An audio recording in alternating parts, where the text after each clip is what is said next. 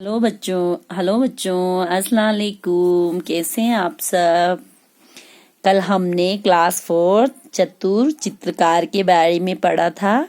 Chapter number 8 चतुर चित्रकार यानी कि चालाक चित्रकार, जो वो कलाकार आर्टिस्ट जो था चित्रकार, उसके बारे में हमने कल पढ़ा था। तो आज मैंने उसके जो क्वेश्चन आंसर्स है वो यहाँ पर लिखे हैं। शब्दार्थ मैंने आपको घर पे करने के लिए कहा था बुक से देखकर, तो आई होप आपने किए होंगे।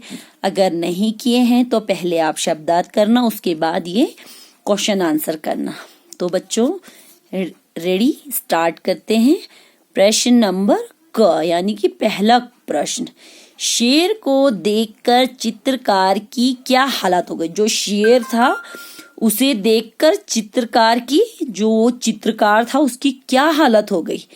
आंसर, शेर को देखकर चित्रकार के होश उड़ गए।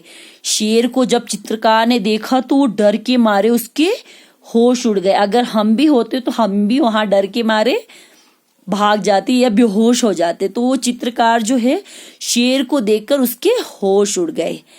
तो सेकंड स्टार्ट करते हैं। प्रश्न नंबर खा, शेर पीठ फिराकर क्यों बैठ गया। शेर जो है वो अपना पीठ पीछे करके क्यों बैठा। आपको पता है कल हमने इसका पढ़ा था ना। तो आंसर, शेर अपना चित्र बनवाने के लिए पीठ फिराकर बैठ गया। शेर को चित्रकार ने जब कहा कि आपका आगे का पोर्शन हो गया तो आप उस तरफ मुड़ जाइए, तो वो अपना चित्र यानी कि अपना नक्शा बनवाने के लिए अपनी पीठ को फिराकर पीछे कर बैठ गया। समझ आया यहाँ तक। अब प्रश्न नंबर ग, सिंह ने चित्रकार को कायर और डरपोक कहा। आपकी दृष्टि में चित्रकार कैसा था। सिंह यानी कि सिंह, सिंह मतलब शेर। सिंह, शेर को सिंह भी कहते हैं। सिंह ने जो है चित्रकार को कायर और डरपोक, कायर को डरपोक भी कहते हैं, डरपोक को कायर भी कहते हैं। तो क्यों कहा उसने, उसको डरपोक और कायर कहा था ना। तो हमारी, आपकी और मेरी दृष्टि में चित्रकार कैसा था। तो हम इसको आंसर पढ़ेंगे। सिंह ने चित्रकार को कायर और डरपोक इसलिए कहा।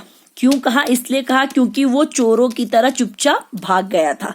क्योंकि वो चुपचाप उसको चित्र बनाने के लिए मुड़ने के लिए कहा ना, उसने उसको कहा कि पीठ के पीछे पीठ फिराकर बैठ जाइए, और वहां से वो चुपचाप से चोरों की तरह भाग गया, इसलिए उसको डरपोक और कायर कहा। अब आपकी और हमारी दृष्टि में चित्रकार कैसा था, इसका आंसर भी सुन लो। हमारी दृष्टि में चित्रकार एक चतुर व्यक्ति था। क्या था, चतुर यानी कि चालाक था, जिसने विपत्ति का सामना बुद्धि से किया। जिसने मुसीबत का सामना, विपत्ति माने मुसीबत का सामना बुद्धि से, अपनी दिमाग से किया। समझ आया बच्चों। अब यहाँ पे देखिए प्रश्न नंबर घ, अगर चित्रकार बुद्धि से काम ना लेता तो कविता का अंत क्या हो सकता। अगर जो चित्रकार था उसने अपने दिमाग से, बुद्धि से काम ना लिया होता तो इसका अंत, इसका एंड क्या होता पोयम का।